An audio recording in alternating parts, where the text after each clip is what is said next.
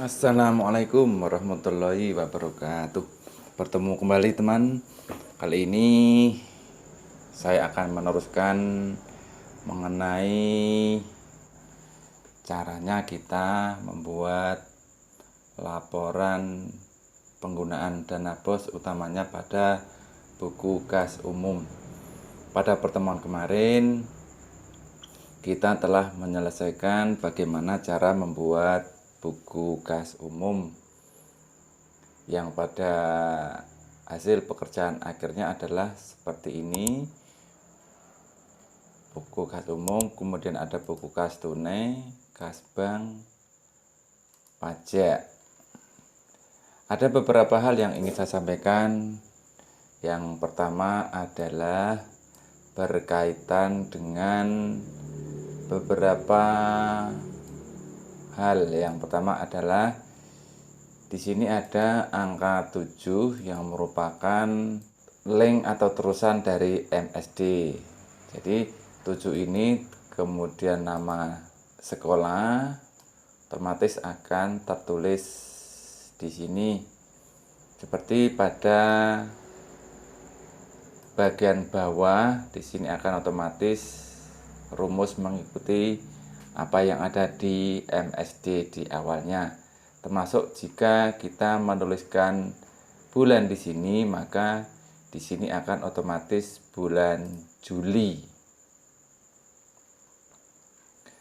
Selanjutnya untuk yang di sebelah kanan ini ada beberapa tulisan. Yang ini adalah untuk mempermudah pekerjaan.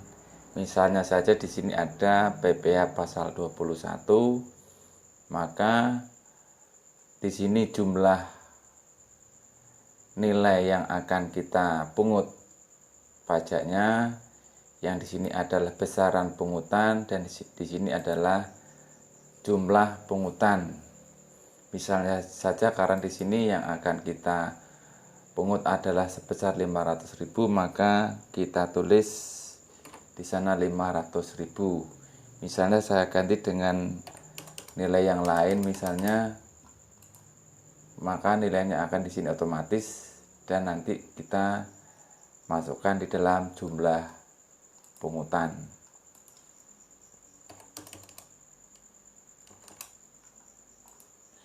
Selanjutnya di buku kas tunai ada beberapa tulisan. Di sini ada kode-kode. 7 ini adalah kode bulan yang otomatis diambil dari MSD. Kemudian di sini ada kode-kode tertentu. Misalnya PAK adalah kode dari pegawai, SEN adalah kode dari persediaan, MEL adalah pemeliharaan. Maksudnya di sini adalah kode-kode yang berhubungan dengan nantinya ketika kita akan melakukan rekonsiliasi BOS. Selanjutnya penggunaannya bagaimana? Penggunaannya adalah untuk memisahkan berbagai jenis kegiatan belanja sesuai dengan jenis-jenis belanjanya. Sebuah contoh misalnya di sini adalah peningkatan mutu guru, maka di sini bisa kita tulis jasa lainnya. Selanjutnya untuk honor, maka kita tulis PEK karena masuk belanja pegawai. Kuota internet masuk belanja barang dan jasa.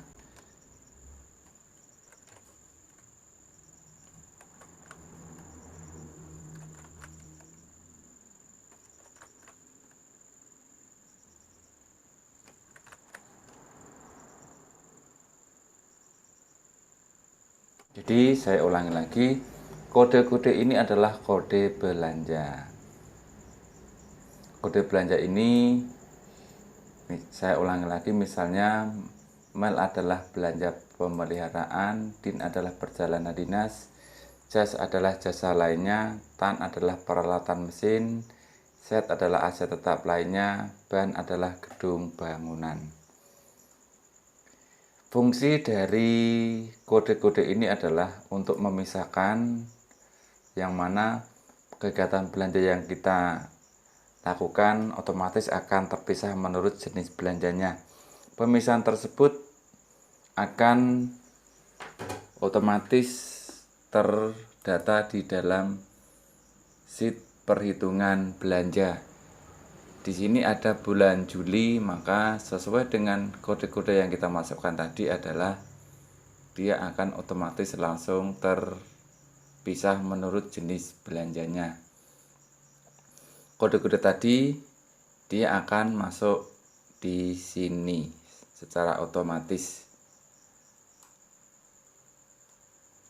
Atau jika misalnya ini hilang, bisa kita kopikan dari sini, selanjutnya kita tarik ke bawah.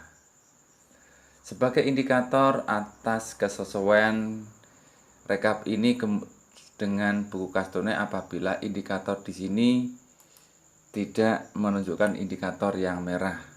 Jadi misalnya ada belanja di kas tunai ini dan belum masuk di dalam pemisahan berjenis, maka di sini akan muncul indikator warna merah.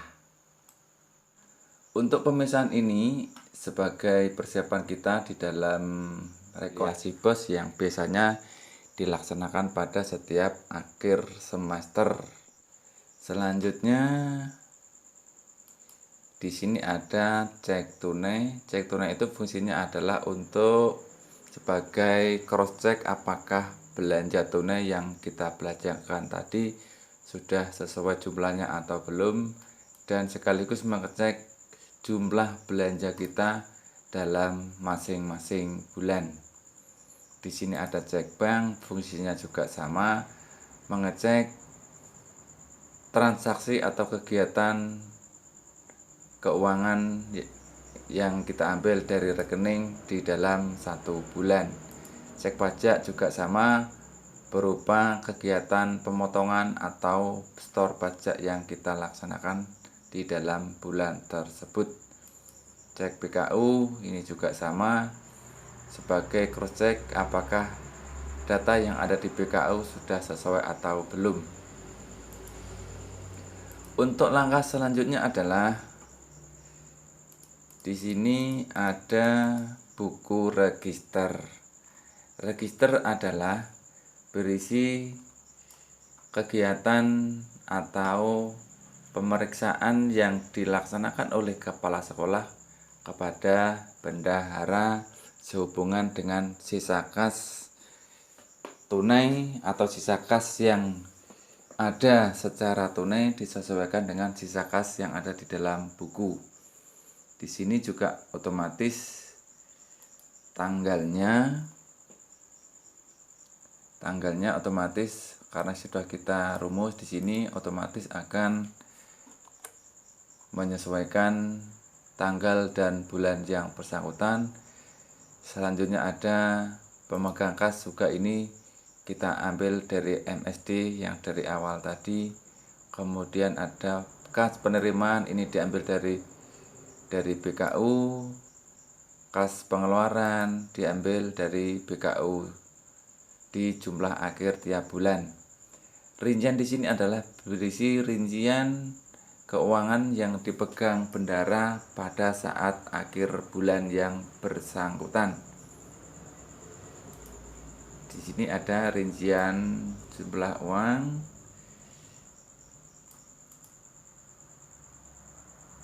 uang tunai, uang logam, ada juga saldo bank terakhir di bulan itu, kemudian di jumlah keseluruhan terjadi selisih atau tidak. Jadi saya rasa ini mudah, teman-teman tinggal menyesuaikan antara buku kas umum dan buku kas yang ada yang tersedia secara tunai yang ada pada bendahara. Selanjutnya ada berita acara yang merupakan berita acara dari pemeriksaan kas yang dilakukan pada bulan tersebut. Laporan realisasi selanjutnya adalah berupa laporan realisasi dana yang diterima dan realisasi dana yang dibelanjakan di dalam bulan tertentu. Di sini sebagai contoh adalah bulan Juli. Pendapatan berupa jumlah yang kita terima yang masuk di rekening. Selanjutnya untuk realisasi bulan lalu adalah realisasi yang sudah kita cairkan atau yang sudah kita ambil sampai dengan bulan berjalan. Jadi di sini merupakan jumlah dari bulan Januari sampai dengan bulan Juli. Untuk belanjanya juga sama, belanja berisi belanja di dalam satu bulan itu, yang di sini adalah bulan Juli. Sedangkan realisasi adalah realisasi sampai dengan bulan ini, yang artinya adalah realisasi belanja dari bulan Januari sampai dengan bulan Juli. Jadi tinggal membedakan di sini. Ini adalah jumlah anggaran di dalam satu tahun. Di sini adalah realisasi sampai dengan bulan lalu. Di sini adalah realisasi pendapatan di bulan ini.